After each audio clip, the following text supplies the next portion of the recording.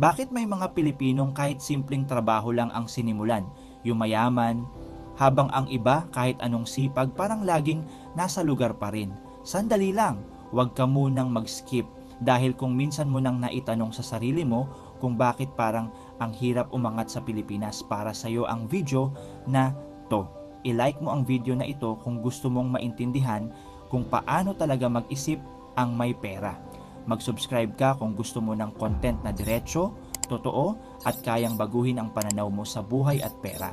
Sa video na to, pag-uusapan natin ang top 3 pagkakaiba ng mayaman at mahirap na mindset sa Pilipinas. Hindi ito tungkol sa yabang, hindi ito tungkol sa diploma, at lalong hindi ito tungkol sa swerte. Ito ay tungkol sa kung paano sila mag-isip sa pera, sa oportunidad at sa sarili nila. At habang pinapanood mo ito, baka mapansin mo na ang pinakamalaking hadlang pala sa pagyaman ay hindi nasa labas, kundi nasa loob ng isip. Kung handa ka nang makita ang kaibahan, simulan na natin ngayon. Una, paano nila tinitingnan ang pera? Pareho kayong kumikita, pareho kayong pagod, pero paglipas ng mga taon, bakit ang isa may ipon, may negosyo, may options, habang ang isa parang laging naghahabol?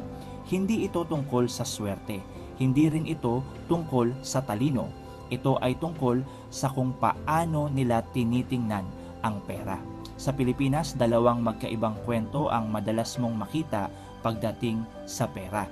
May mga taong kapag may pumasok na pera, iniisip agad, ano ang bibilhin ko?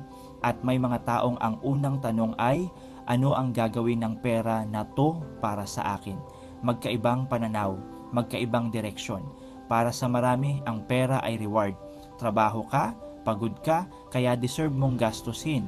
Kain sa labas, bagong gamit, konting luho, walang masama. Pero kapag ito lang ang tingin mo sa pera, mabilis talaga itong nawawala. Para naman sa iba, ang pera ay tool. Ang tool ay gamit na tumutulong gumawa ng mas malaking resulta. Hindi sila emosyonal agad pag may pera. Tahimik muna silang nag-iisip. Dito pumapasok ang financial planning, ang simpleng proseso ng pagdedesisyon kung saan mapupunta ang pera bago pa man ito dumating. Hindi ito komplikado, pero bihira itong ginagawa. Kapag walang plano, ang pera ang nagdedesisyon para sa iyo, at kadalasan ang desisyong yon ay gastusin lahat. Ngayon, habang lumilipas ang panahon, may isa pang malaking pagkakaiba na lumalabas. Ang iba, takot mawala ng pera kaya itinatago lang. Ang iba naman, takot maubusan ng